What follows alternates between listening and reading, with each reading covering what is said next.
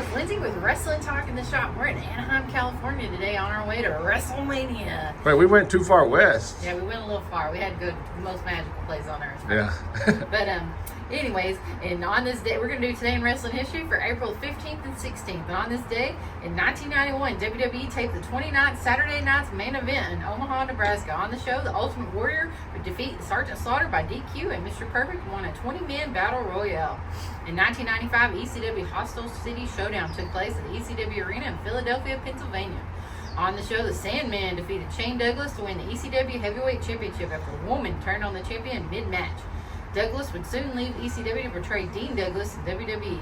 In the main event, two hardcore icons went to war as Cactus Jack defeated Terry Funk.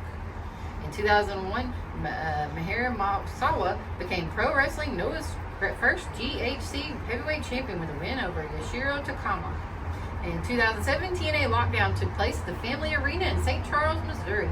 As was traditional with this pay-per-view, every match took place inside of a steel cage. The main event was a lethal lockdown match that saw Team Angle, which was Angle, Sting, Jeff Jarrett, Rhino, and Samoa Joe defeat Team Cage, Christian Cage, Tyson Tomoko, AJ Styles, Abyss, and Scott Steiner.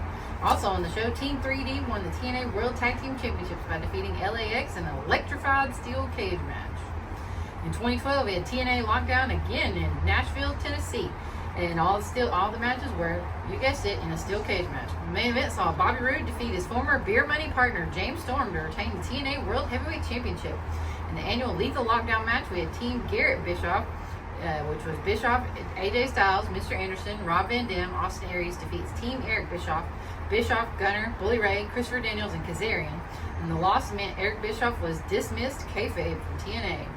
And You're gonna go to and then on an episode of Monday Night Raw from Greenville, South Carolina, Kofi Kingston defeated Antonio Cesaro for the WWE United States Championship.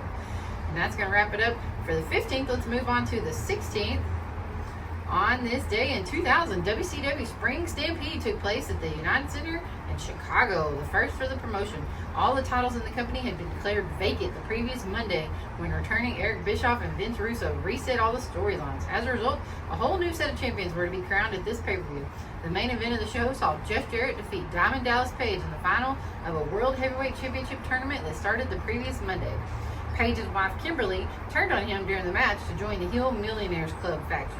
The Tag Team Championship was decided in a 4-team tournament. In the first round team package, Lex Luger and Ric Flair defeated Ron and Don Harris, and Shane Douglas and Buff Bagwell won over Harlem Heat 2000.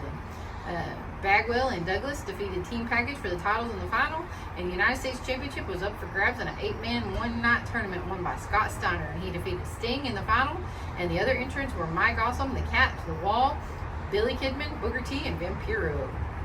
In 2001, on an episode of Monday Night Raw in Knoxville, Tennessee, Triple H defeated Jeff Hardy, to win back the Intercontinental Championship he had lost to Hardy days earlier. I was thinking, I didn't think Jeff Jarrett was in WWE at that. I thought he was wrong Jeff there. Yeah, wrong Jeff. In 2003, at tapings of weekly TNA pay-per-view in Nashville, Tennessee, Jerry Lynn and the Amazing Red won the NWA World Tag Team Championships from Triple X, Christopher Daniels, and Elix Skipper. Although Triple H would have definitely beaten Jeff Jarrett if he had been in WWE at that time. In 2009, WWE brought back the Superstar shows, a weekly 1-hour program on WGN America featuring one match each from Raw, SmackDown, and ECW. On the debut episode, The Undertaker defeated Matt Hardy in the main event. It went downhill after that. It was basically a jobber show. But I remember watching this In 2020, longtime WWE ring announcer, Hall of Famer, and one of the company's very first employees, Howard Finkel, passed away at the age of 70. And that's going to wrap it up for Today in Wrestling History, guys. Thanks for watching. Like and subscribe. And as we keep going, we're getting a little bit closer to WrestleMania.